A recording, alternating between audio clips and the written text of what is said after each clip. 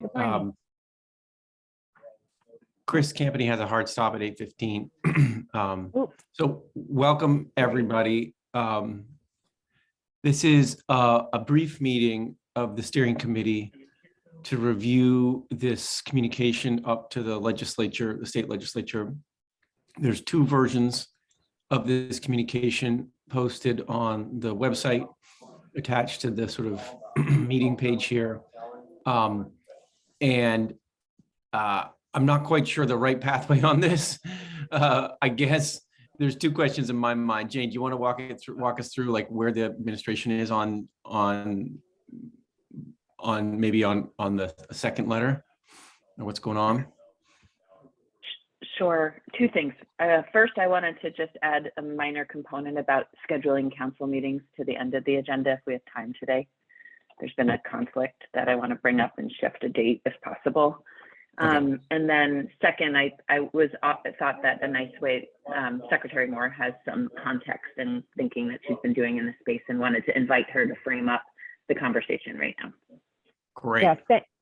Can everyone hear me all right? Yep. Or no?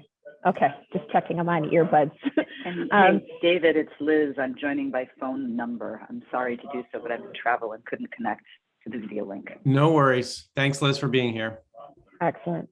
So following our meeting on Monday, I did go back through our FY23 budget proposal and compared it to the table Jane had presented and identified we have about $100,000, assuming the governor's FY23 recommend is fully funded, including the request for $75,000 in one-time money that can be put to additional analyses. And that's beyond the work around the municipal vulnerability index and the database tracking system that was shown on sort of page 1 of the handout Jane provided last week.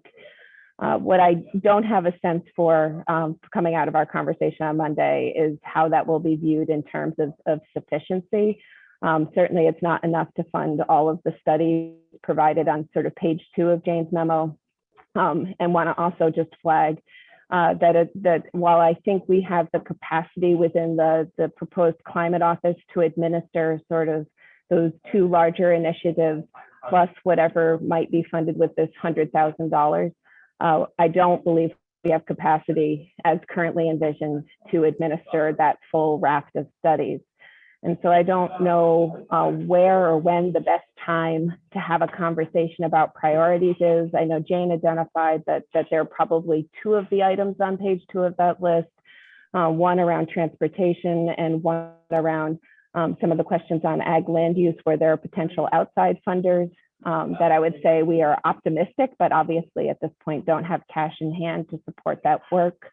And just wanted to provide that as maybe background and context in thinking about if and how to proceed with a letter to the legislature and or the work that would be needed to identify priorities for that additional element of funding.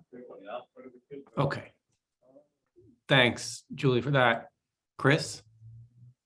I appreciate that, Julie. I think the point of the letter to the legislature is just to let them know we're not going to fit in their like we're not going to necessarily have a proposal to them, whether it's the governor's budget or anything else within their usual time frame for making money decisions, or at least getting it before crossover. I didn't draft it. Billy, you're not on mute, Billy. There you go. But that was I mean, to my mind, this is more a procedural thing, just letting them know where we're at. So who knows, the council may say yes, let's go forward with what the governor's proposed. They may say there's some things missing. They may say these other things need to take priority, but we're just not going to meet the legislature's schedule, and they're going to need to hear from us as a council later. So that was my take on what the purpose of the letter was. At least that was my proposal. It just feels like somehow there should be some, formal communication to the legislature about where we're at in our process. Great. Okay. Jared, and then let's figure out what decision we're actually making this morning. Go ahead.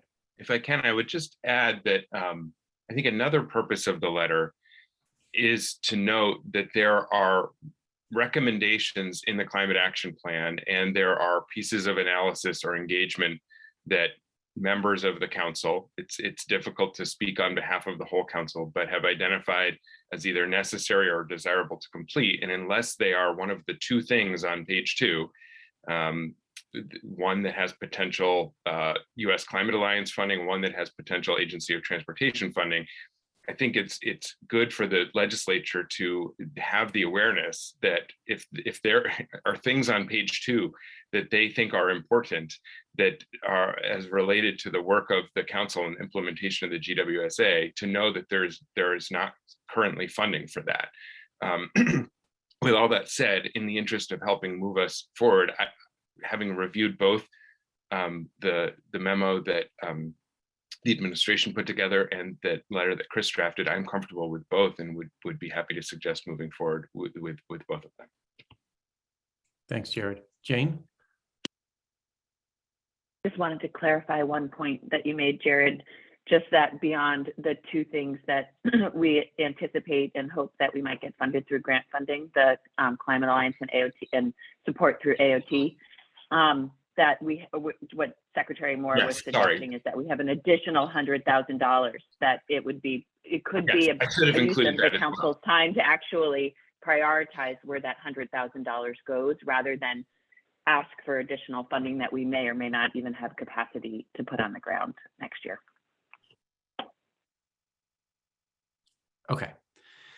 Okay, so I guess our job right now is to figure out which communication gets sent up or whether both do.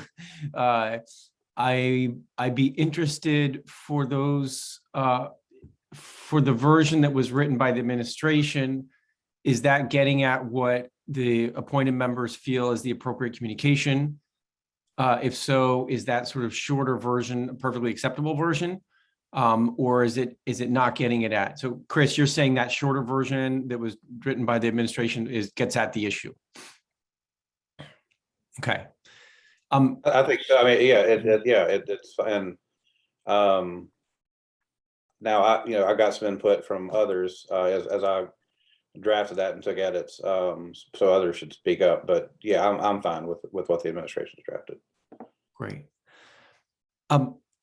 Other steering committee members, how are you feeling about putting up that shorter version? In that way, it's not then from just some members of the steering committee, it's from the steering committee. Any concerns with that?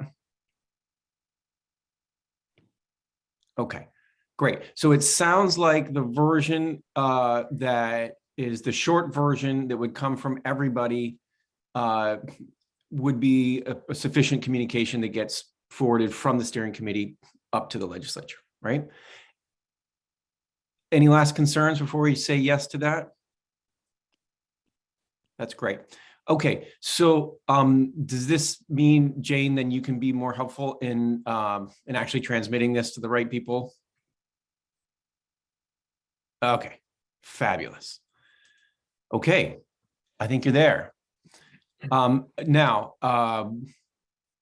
Jane, you had mentioned you had a quick follow-up about meeting time. Oh, David, before we jump to that, yeah, okay, maybe Kristen's going to get at the same point. I mean, I think there's a larger process issue here that might just do us well to at least put on the table. Great. Secretary Closer? Yeah, that is exactly what I was just about to mention. Now that we're sending kind of the broader letter, I think it creates an opportunity to both as a council review what Julie and Jane mentioned before, right? There's potentially an additional $100,000. And if there's some agreement on how we could utilize that money this year, maybe there isn't an additional request from the council for funding, but to use this as an opportunity to talk about, as a broader council, certainly starting with the steering committee, a budget process moving forward. I know that I've mentioned it's tricky for the administration, and I think that's correct. So to try and to try and simplify that, I think if we could establish a budget process and we're dealing with an actual finite amount that is tied to specific itemized proposals, and we do that in a manner that is timely and consistent with when the governor's recommendations are submitted, that would afford the administration folks an opportunity to both participate in that budget process, but also potentially bring it to the governor for approval. And when we're operating now kind of in the middle, it creates challenges that appear to be insurmountable. But I think if we can get through this session and establish an actual budget process that is completed in the fall, then we have an opportunity to be more transparent about what we can and cannot support as an administration, and also can participate in kind of procedurally helping the council shepherd through that process. So I just wanted to mention that for discussion and maybe a potential agenda item for the future to start sorting that out sooner rather than later. Thanks, Kristen. That fantastic. Boy, that seems like it would be very sensible. Okay. I wonder if the idea is let's get through this cycle and whatever learning we need to do from it. And then that seems like something for, you as a steering committee and a council to wrestle with starting in April kind of thing. Does that sound good? That's exactly right. Yep. Okay. Fabulous. Any concerns about that? Sorry about my enthusiasm. Any concerns about that? No, I think it's another, we're still developing the process, right? And I think the last meeting, it just kind of, the issues bubbled up because we just hadn't really had a chance to deliberate them yet. And it's just like natural, right? As any organization or group, you kind of, this is not a negative, you just kind of muddle your way through, right? And so now we know what we need to do. We're giving the legislature the heads up that, we're still, this is whatever ask is going to be coming is still a work in progress. And yeah, so I think that's excellent, Secretary. I think that we're in the right place. Great. Okay. I have to depart. I will see you guys later. Thank you for being today and taking care of this. Yeah. Thanks, Chris. Okay. Anything else related to this before we jump to Jane's scheduling questions? You want to take advantage of you all being together? Anything else related to these issues of the budgeting and the letter that's going to get sent?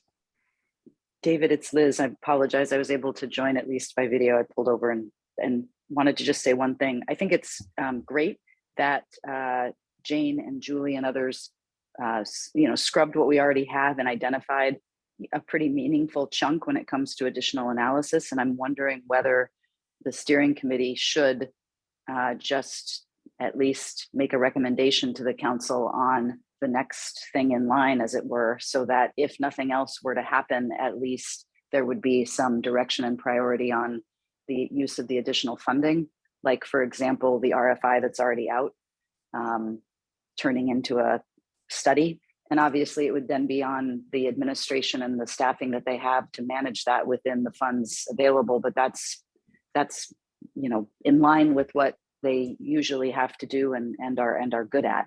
So anyway, wondering whether the steering committee has a role so that we don't go into the council meeting with a list of some not yet defined, but important to the group set of studies, and no real way to kind of prioritize how that additional funding may be spent.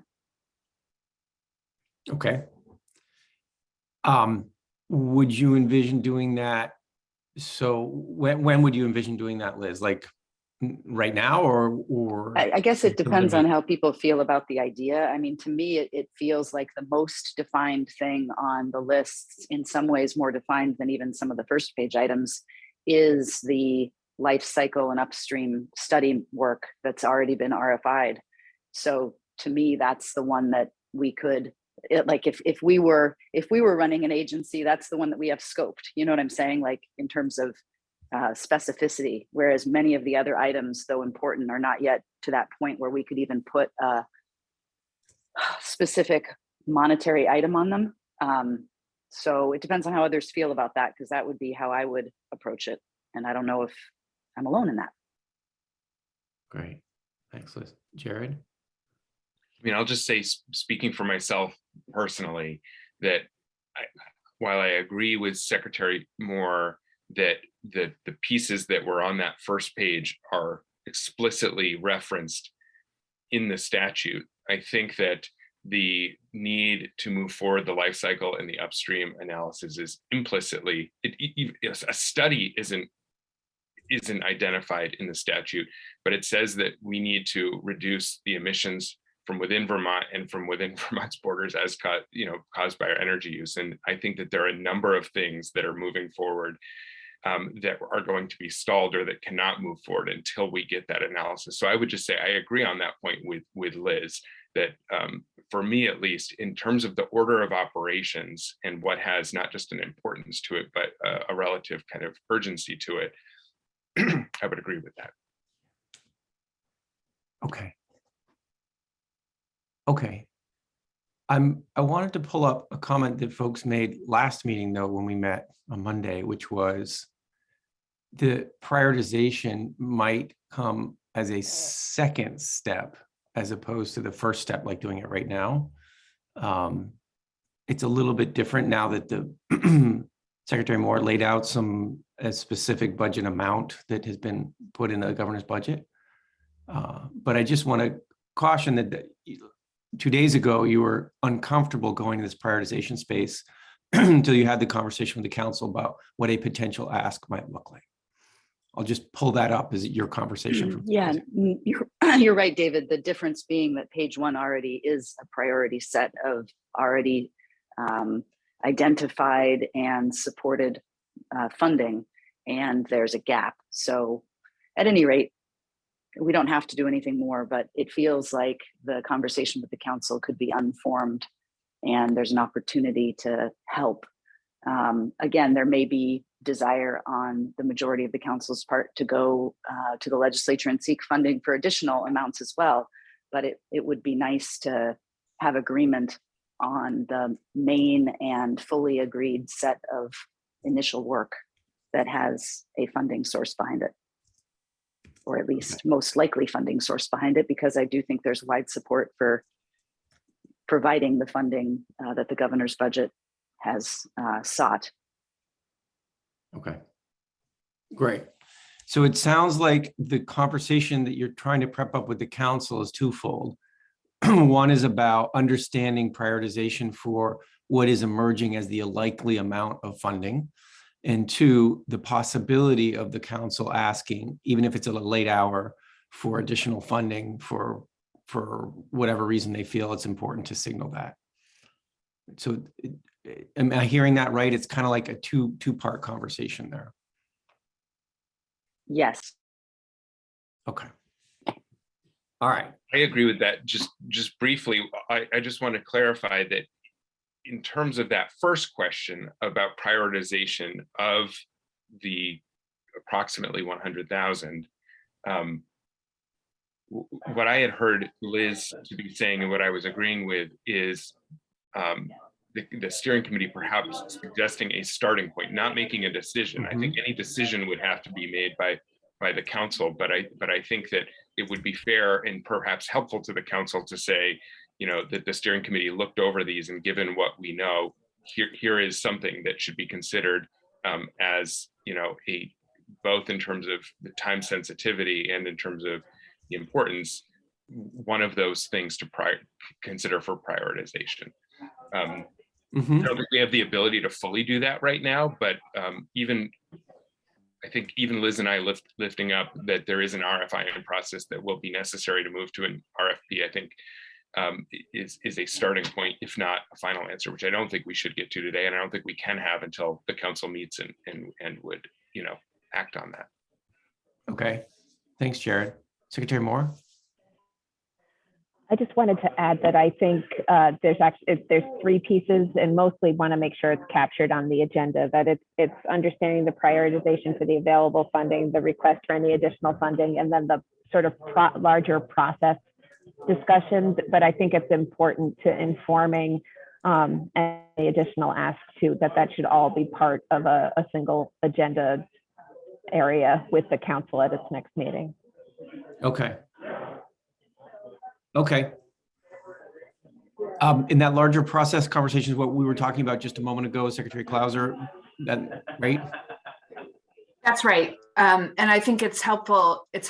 Why that process piece is important in the entire conversation is, I think it plays into whether, as we're prioritizing that second list, are there things in there that should be rolled in to a larger, more specific budget ask in following years, right? Given resources and available funding. So Okay. I think that's why Secretary Moore is kind of pulling all of those pieces together, because I do think they're interrelated. Okay. Okay. So what I'm trying to capture here then, in terms of prepping up the council conversation, you'd actually like to pull these three things together. Prioritization around probable existing funds, possibility of an additional funding request if the council wants to go there, and then flagging this larger question about a process that we should start this year, in this fall, about doing this in a more orderly way, in a way that the administration isn't put in such a bind in the way it's participating, right? And also is more timely from a budgeting standpoint. Okay, so those are three things. In terms of a signal from the steering committee around a prioritization, two of you have said, well, it's fairly clear that the prioritization would be those things that are most scoped out and where you're already on the road towards it, in which there's some clear alignment with statutory requirements, and that's the life cycle and upstream analysis. I haven't heard from others of you if you share that view, but we can definitely lift that up. If others share that view, if you want to just shout out right now, it would be helpful if we understand that that's a shared view, or whether people are like, I'm not ready to say anything about that right now. Let me just do a quick test on that. Do people want to say anything about the way Jared and Liz spoke about prioritization? I think in order to accurately capture the intent of statute, which acknowledges somewhere deep in there accurate measurement for the greenhouse gas inventory, both the first two on the second page need to be funded. And acknowledging that there might be some Climate Alliance funding for the second, that's great news. I'm glad that the life cycle analysis has already been somewhat scoped through the RFI process. So if that's the one that's more ready to go, I think that's appropriate. But I do just want to say for the record, in order to make sure that we're doing accurate accounting, both of those need to be funded. Great. Anything else folks want to say on that?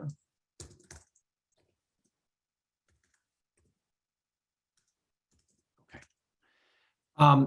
Could we finish the meeting by having Jane flag her scheduling problem, or our collective scheduling problem, it sounds like? Are folks ready to go to that? Anything else? Okay.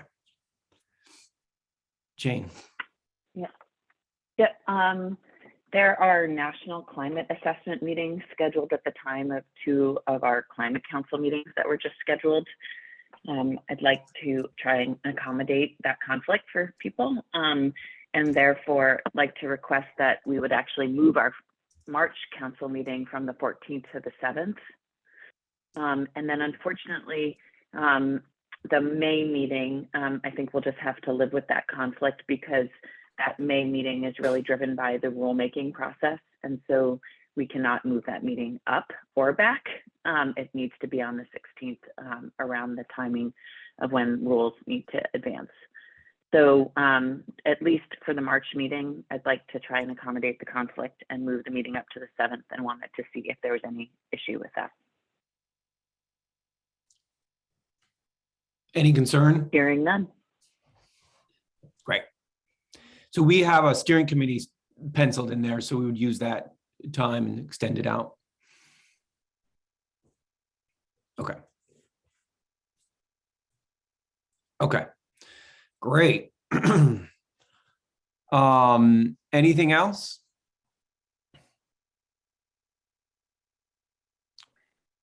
Okay. Thanks, everybody, for jumping on this morning and Public working through comment? this. Liz, were you trying to jump Public in? comment. Sorry. Yeah, we usually would open to public comment. Public comment, excuse me, yes. If folks are observing our meeting today and would like to comment on what we're talking about here, this is a great time to do it. Thanks, Liz, for reminding.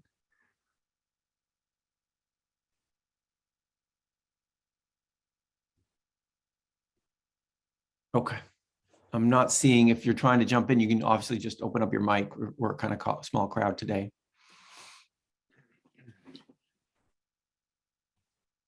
Great. Thanks. Okay, hearing none. Anything else, folks, before we sign off? Thanks, everyone. Thanks, everybody, for coming and doing this morning. Thanks. Take care. Bye-bye. Have a great rest of your day.